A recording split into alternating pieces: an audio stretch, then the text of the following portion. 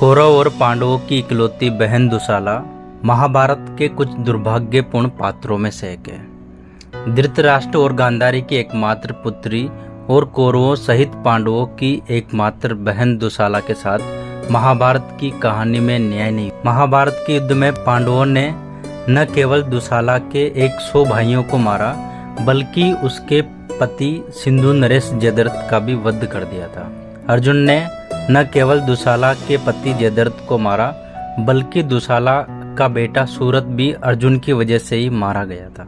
पांडव अर्जुन भले ही महाभारत की कहानी के नायक थे, लेकिन दुशाला के जीवन में किसी खलनायक से भी बड़ी भूमिका निभा रहे थे। दुशाला से उसका सब कुछ छीनने के बाद भी अर्जुन को चैन नहीं मिला और वो हमला करने सिंधु देश जा पहुंचे। जब सिंधु देश में अर्जुन का सामना महारानी दुशाला से हुआ, इसके बाद जो हुआ उसकी कल्पना स्वयं अर्जुन ने भी नहीं की थी। आखिर कैसे किया दुशाला ने अर्जुन का सामना और क्या निकला उस भयंकर युद्ध का परिणाम, जानने के लिए बने रहे इस वीडियो के अंत तक। और वीडियो को पूरा देखें और उससे पहले हमारे चैनल को सब्सक्राइब करके बेल आइकन को प्रेस कर दीजिए। 18 दिनों तक चला महाभारत का युद्ध और युद्ध में घटी सभी घटनाएं सदा सदा के लिए अमर हो गई। सभी रिश्ते नातों को भूलकर लड़ा गया महाभारत का युद्ध आने वाली पीढ़ी के लिए एक सबक बन गया। जहां एक और कौरवों ने सत्ता और लालच के लिए अपनों का खून बहाया, वहीं दूसरी ओर पांडवों ने अपने अधिकार एवं धर्म की रक्षा के लिए अपनों का खून बहाया। शायद यही कारण था कि श्री कृष्ण भगवान ने युद्ध में पांडवों का साथ दिया और पांडव विजय रहे। लेकिन इस युद्ध में जो नरसंहार हुआ था उसे इतिहास हमेशा याद रखेगा। महाभारत का युद्ध जीतने के बाद युधिष्ठिर हस्तिनापुर के राजा बने और इसी के साथ शुरू हुई पांडवों के संघर्ष की कहानी। एक दिन सभी ऋषि मुनियों और श्रेष्ठ जनों के आदेश पर युधिष्ठिर ने अश्वमेध यज्ञ का आयोजन किया और अश्वमेध यज्ञ के घोड़े के साथ अर्जुन भारत के सभी राज्यों में घूमने लगे। जहाँ एक तरफ कुछ राज्यों ने अर्जुन की अधीनता स्वीकार कर ली, वहीं दूसरी तरफ कुछ राज्यों ने अश्वमेध यज्ञ के घोड़े को रोक अर्जुन को चुनौती दी। तब अर्जुन ने उन्हें हराकर अपने अधीन किया।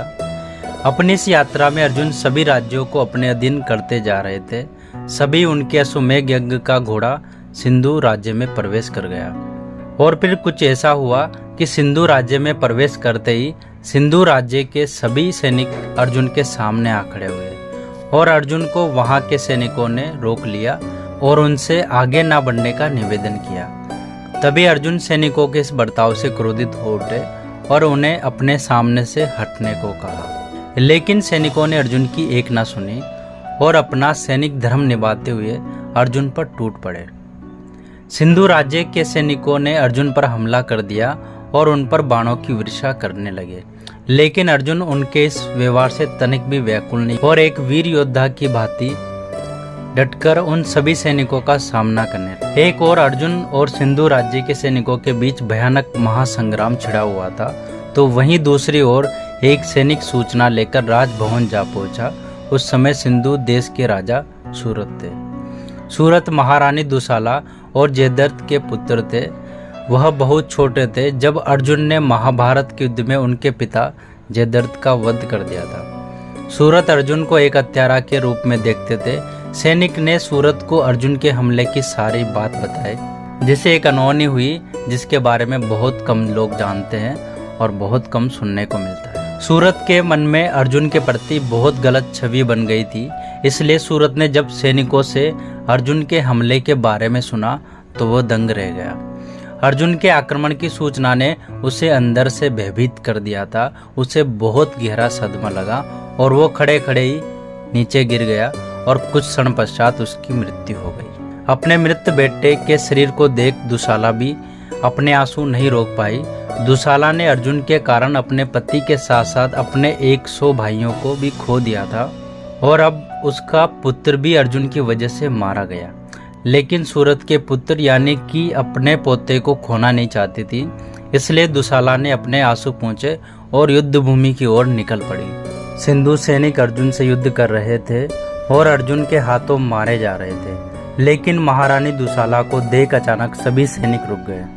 वही अपनी बहन दुशाला को युद्ध भूमि में अपने सामने खड़ा देख अर्जुन भी रथ से नीचे उतर गया। फिर दुशाला ने अर्जुन को बताया कि किस प्रकार उसके पति और उसके भाइयों का वध हुआ था और किस प्रकार उसका पुत्र अर्जुन की वजह से मारा गया। दुशाला के इन वचनों को सुनकर अर्जुन का हृदय पसीज गया और उसकी आंखें भर आई। फिर अर्जुन ने अपनी बहन दुशाला को गले लगाते हुए दुशाला से माफ़ी भी मांगी। फिर वो वापस हस्तिनापुर लौट गए। उसके बाद महारानी दुशाला ने सिंहासन की बागडोर संभाली और आगे चलकर उनका पोता सिंधु देश का राजा बना। दुशाला के साथ जो हुआ उसकी कथा सुनकर आपके भी आंखों में आंसू आ जाएंगे। भला खुद की बहन को कोई कैसे विधवा कर सकता। अब आइए आपको बताते हैं दुर्योधन की बहन के जीवन से जुड़ी रोचक बातें। जब वेद व्यास जी ने गांधारी को 100 पुत्र की माता होने का वरदान दिया, उससे ही दुर्योधन की बहन दुशाला का जन्म हुआ। दुशाला का विवाह सिंधु नरेश जयद्रथ से हुआ था। इस तरह से जयद्रथ दुर्योधन का बहनोई था। महाभारत के युद्ध में उसने कौरवों का साथ दिया।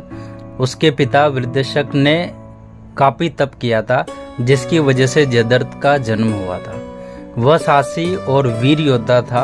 पांडवों ने जयद्रथ को अपमानित किया था, तब उसने पांडवों से बदला लेने के लिए शिव आराधना की थी। उसकी तपस्या से शिवजी प्रसन्न हुए तो उसने 5 पांडवों के वध का वरदान मांगा। तब भगवान शिव ने कहा कि तुम युद्ध में केवल 4 ही पांडवों को हरा पाओगे, अर्जुन को नहीं। जब चक्रव्यूह की रचना हुई तो अभिमन्यु ने उसका भेदन किया और उसके अंदर घुस गए, लेकिन जयद्रथ ने बाकी 4 पांडवों को उसके अंदर घुसने नहीं दिया।